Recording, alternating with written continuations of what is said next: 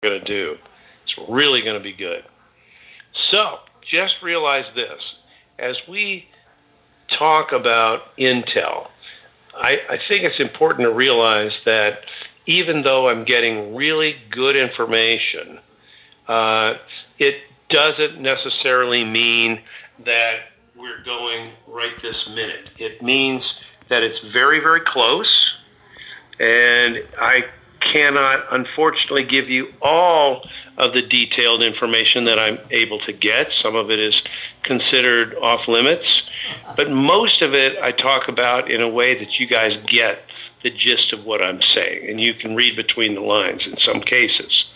And that's sort of where we are. I mean, we've had people in in the currency community that have gone dark, that have literally realized, hey, this thing is right there. I need to go ahead and step aside and just let it happen. And some people have done that. And some people are continuing to have calls, and I'm one of them. I'm one of the calls that has continued because I feel like we offer more than just Intel. And I want to give you both. I want to give you Intel, plus I want to help you guys with stepping into your life as you move into that. But from an Intel point of view tonight, we tend to start with Iraq because there's always some news that's coming out of there. And today is no different. What we're hearing from Iraq's point of view, you guys remember they were going to have the IMF meeting today in Iraq. And we understand that was going to be in the new IMF office in Baghdad. So they had that meeting today at 9:30 this morning, local Iraq time, Baghdad time. And they went until approximately noon or so, and then they had a slight break, and then they had the press conference followed in the time frame of 12:15 to 1:15 in the afternoon. That was my understanding. That was roughly the timeline for it to occur today. And everything went pretty much according to plan from what I have heard. I have not heard the details of it specifically. I'll probably end up getting some details later tonight. But I do know that things have occurred over there with Iraqi citizenry where they do have a new rate, and they do have their new key cards, which is where, in this particular case, these cards that I'm referring to now have a share of the oil and gas exploration revenue on those cards. Okay, that those have accounts tied to them through one of the banks like Rashid Bank or Rafidian Bank over there, and they can access those funds. Now, realize this. They've been paying people on their key cards or debit cards, if you want to call them that, for months and months at sort of different rates based on whether it was retirement pay, whether it was a contractor, whether it was government work, or whether it was other citizenry in the country. Okay? This new card that we're talking about, they were supposed to activate about a week ago Saturday by midnight. They were supposed to activate that, and they did. The citizens in the country and those outside of the country activated those cards. And the beauty of it is, today, this morning, for the citizens in Iraq, those cards were live and accessible. They were able to access those funds, and they were able to... Are you okay, Sue? I think she made it back on, which is wonderful. It was just, they were able to access those funds at new rates, which I think is great. I think that is really, really cool. That has to tell us a lot, you guys. That has to tell us that we are very, very close. Okay? In other words, I think the IMF meeting was an overall success. I believe that what Iraq needed to do was to present their rate to the IMF today. And I believe they did that successfully. It wasn't supposed to take more than an hour or so. They were able to do that. I believe they were able to have that rate approved today. And I think that the rest of the meeting had to do with new business activity in Iraq and from foreign investment and companies that would be coming in. And there may be even more things that were discussed. But I believe it was a success, and it was what they were looking to do. Now, where does it put us as a result? I think it puts us very, very close to the end. Everything that I've heard today actually talks in terms of releasing the 800 numbers soon. And I don't use that word very often, guys. As you know, I don't like that word. And we've stayed away from it on the big call, except I just used it. You know, it's one of these things where, you know, we hear certain things. Let's switch over and talk about what we're hearing from the West Coast is all very, very positive. We're hearing that paymasters are hydrated, that the Chinese elders have drawn down on their funds.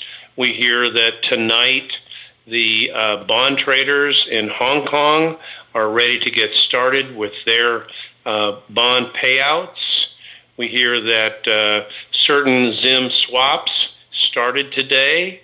You know, there's quite a bit of activity going on, you know, out there, not only in the bond community, but also in currency.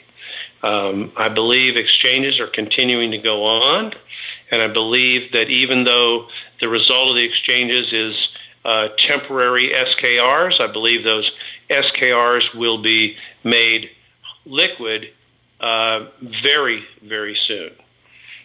And I can't tell you exactly when because I don't know. I've heard time frames that would take those accounts and make them liquid, you know, within a matter of hours. So that is a possibility. Now, what about exchanges? What about that? What about the redemption centers and Tier 1 and Tier 2 banks? All of them are completely staffed and ready to go. They have been told that they are on red hot alert, basically, to start at any moment. They are on lockdown at the redemption centers, so they can only go between the hotel and the redemption center, and that by limo or bus, depending on the situation. And so we're in really good shape to get started as far as that goes. When it comes to, and banks are ready as well. Those banks are ready. In fact, we know of several dozen appointments that have been set for tomorrow, and we know when they're set for. We know what cities they're set for and what bank they're set. So there is a number, several dozen of people that are not part of any group but have been contacted by certain banks to go in and get their exchanges done. So we are right there. My thinking is if they get to go, we should be there too. So that tells you how close I believe we are. Now, rates are continuing to be traded up. I think that's part of the reason we've had a little bit of a delay. They have wanted to get the rates right where they want them. I know that you remember on Thursday's call, I talked about a rate that Dr. Shabibi had said that dinar would easily sustain, and that was back in 2012. For those of you who have been in this as long as I have, and many of you remember that, that was a U.S. Chamber of Commerce meeting, and I remember that day and heard the broadcast of that meeting. And you may remember from Thursday's call the rate that I said that the dinar would support. My belief is that we should be at that rate here in this country. So we are really doing very, very well on what we can expect. We know that the dinar, the rial, the dong, and of course the zim, which are gold-backed bonds, are privately negotiable. We know those three currencies and the gold-backed bond of the zim are negotiable. And they're negotiable especially if you have an intention to do humanitarian work or projects. We've given you ideas for what we plan to do as the big call. And that means working with the veterans through the Veterans Retreat Network. We're going to work with, obviously, Rebuild America is a huge project because it involves, I'm looking for 5,000 or more volunteers from the big call to say, yeah, man, I want to do that. I want to be part of that with you. I want to adopt a city, or I want to adopt a town, or I want to adopt a community and make changes there and improve living for all the people in the way of housing, in the way of infrastructure, in the way of education with possibly new buildings for schools, new recreation centers for the kids, clinics, health clinics for the inner city, for, all of that, guys, that's all part of it. Community gardens, growing the kind of foods that Bob's talking about and Sue knows about that are healthy for us, especially growing vegetables organically in these community gardens that we can offer. And then we can offer these to the local churches that want to start food banks, or if they have one, this would be something that we can offer them. And hopefully we get the local church to take over the management of these gardens once we build them for them. Now, we also plan to do aquaponics, that relationship, that symbiotic relationship between growing vegetables and fruits, and also raising fish like tilapia. And there are certain conditions, if you're going to do that indoors, there's certain temperature conditions you need to maintain, but we can do that. We may not be doing it in the cold climates, but we will do that where it makes sense throughout the country. And that's going to be really fun. And I've got more people that I know of now that are interested in helping us do that. And I'm going to try to get together.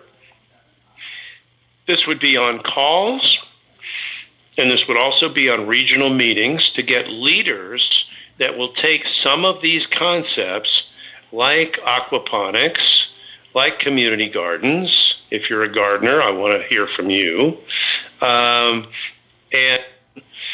also give them housing, create food opportunities for them, and then make sure that they're connected to the local clinic in case they're already in that area, just so that you guys know. But I think that we can work very closely with our veterans and try to save Streets to Retreat at that level, or we're going to also need many of you as we put everything together. And we plan to do, I was talking to Bob today again about probably something that you can click on and catch live at a certain time. Enjoy that. And I know that she would enjoy that, and I would too. So I want to be able to see again so I can get back on the court and then get back on the golf course and get back out and snorkel and get back on the ski slope and ski. So I'm going to be working hard on that. That's part of my job one, is really do everything I can do to get that back.